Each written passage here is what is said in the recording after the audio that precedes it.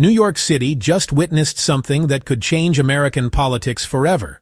Zohran Mamdani's victory isn't just another election win, it's a blueprint for a new kind of city.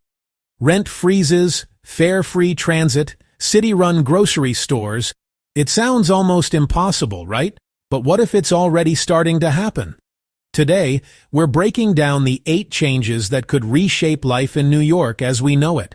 So before we dive deep into how this all unfolds, make sure to hit that like button, subscribe, and turn on notifications, because the political wave building in New York might be the one that reaches your city next. One of the biggest and most talked about changes Zohran Mamdani plans to bring to New York City is a citywide rent freeze on rent-stabilized apartments. But this isn't something he can just declare overnight. It's a battle fought through the Rent Guidelines Board, the 9-member body that sets rent adjustments each year. Those seats are appointed by the mayor, which means Mamdani will have to use his political leverage to fill them with tenant-friendly voices who will vote to halt increases. He'll also need to back that up with data. City housing surveys show about 22% of rent-stabilized tenants are already behind on rent, proving how dire the situation is. On top of that, he plans to expand housing inspections and strengthen enforcement against landlords who skirt regulations. So, this rent freeze isn't just a slogan, it's a strategic reshaping of how the city manages housing power. Zohran Mamdani's next big focus is dramatically expanding affordable housing construction, but not through the usual tax breaks for luxury developers. His plan centers on shifting city land toward public and non-profit housing development, using models like community land trusts. This means the city would retain ownership of the land while community groups manage the housing, ensuring it stays permanently affordable. To make that happen, he'll need to rework zoning rules and direct funds from the city's capital budget, which currently allocates about $2.5 billion a year for housing. Mamdani also wants to pressure Albany to pass good cause eviction, giving tenants more power to resist unjust rent hikes. With over 70,000 New Yorkers currently unhoused and 1 in 3 renters spending over half their income on rent, the push for affordable housing isn't optional. It's existential. His goal: build housing for need, not profit. When Mamdani says he wants to make public transit free, it's not a gimmick, it's a rethinking of what transit should be. He's proposed a phased plan. First, end fare enforcement, then gradually eliminate fares entirely. With subway ridership hovering around 4 million daily trips and fare revenue making up about 35% of the MTA's budget, the funding gap would need to be covered by progressive taxes, congestion pricing expansion, and state subsidies. Mamdani argues that fare-free transit would pay off socially, boosting job access, reducing traffic, and cutting emissions. Cities like Kansas City and Boston's pilot programs already show ridership jumps of 30–40% when fares disappear. To pull this off, he'll need both city and state coordination, since the MTA operates under state control. His pitch is simple but powerful. If we can fund highways for cars, we can fund subways for people. Food deserts in New York City affect hundreds of thousands of residents, especially in the Bronx and parts of Queens, where fresh produce is often miles away. Mamdani's campaign proposed city-run grocery stores to tackle that, modeled after public libraries, accessible, reliable, and publicly accountable. He envisions the Department of Consumer and Worker Protection overseeing these stores, using city-owned properties or underused retail spaces. Funding would come through the capital budget and partnerships with local farms and food co-ops. According to the city's own food metrics report, over 1.2 million New Yorkers experience food insecurity every year, despite billions spent on private supermarket incentives. By cutting profit margins out of the equation, these city-run stores would prioritize affordability and fair labor practices. For Mamdani, it's not just about selling groceries, it's about turning food access into a guaranteed public service, not a corporate afterthought. All right, let's pause for a second. I want to know what you think. Which of these changes do you believe will actually happen first? Do you see rent freezes or fare-free subways becoming a national trend? Or do you think this kind of politics only works in New York? Drop your thoughts in the comments. I read every one of them. And if you're enjoying this breakdown, go ahead and hit that like button. It really helps the channel grow and keeps conversations like this alive.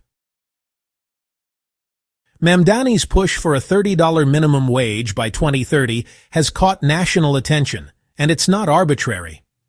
In New York City, the MIT Living Wage Calculator estimates that a single adult needs roughly $28.54 an hour to meet basic costs.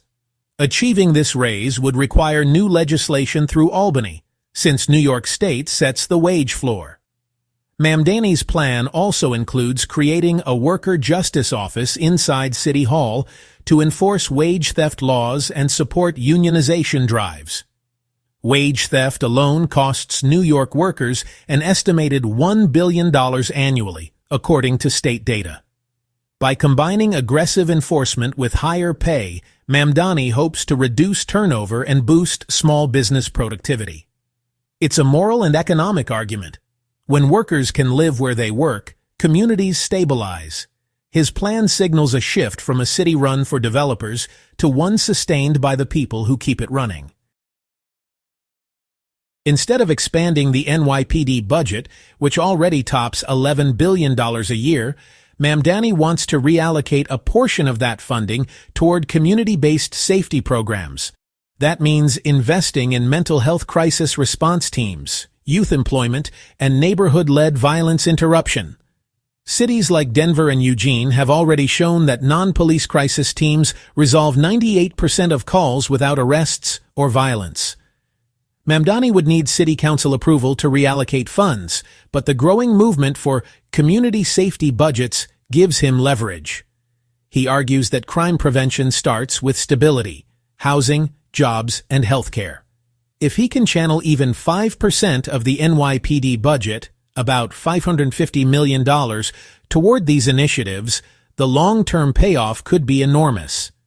His message reframes safety not as more policing, but as fewer crises. It's a political risk, but one that aligns with the direction many younger voters want to see. Mamdani's climate platform is rooted in making the green transition work for workers, not corporations. He supports publicly owned renewable energy, expanding the New York Power Authority's mandate to build solar and wind infrastructure directly. To make that happen, he'd need to work with state legislators to fund NYPA's new powers under the 2023 Build Public Renewables Act. His goal is to retrofit public buildings, expand offshore wind production, and create thousands of union jobs in the process. NYC's buildings produce about 70% of its emissions, so electrifying them is key. Mamdani also wants to push for a Green New Deal for public housing, installing heat pumps, solar panels, and insulation upgrades funded through state bonds and federal green funds. His pitch: climate policy shouldn't just save the planet, it should lower energy bills and guarantee employment for the people who need it most. Finally, Mamdani's most lasting change might not be a single policy. It's how politics is done. His campaign built an organizing model that brought hundreds of volunteers into local politics, from phone banking to mutual aid.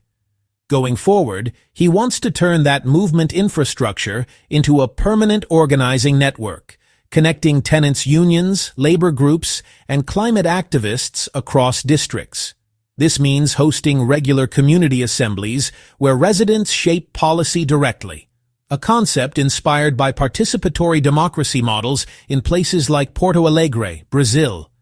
The idea is to break the monopoly of lobbyists and consultants over city politics. It's also a defense mechanism. When corporate interests inevitably push back, Mamdani will have a mobilized base ready to apply pressure from below. For him, change isn't just about passing bills, It's about shifting who holds the pen that writes them. That's the quiet revolution underway in New York. If Zohran Mamdani delivers even half of what he's promised, New York City won't just look different. It'll feel different. A city that's affordable, sustainable, and built around people, not profit. But the real question is, will the rest of America follow? The answers might start right here. If you made it this far, you're clearly someone who cares about where our cities are heading. So hit that like button, subscribe if you haven't already, and share this video with someone who needs to see what change in action really looks like.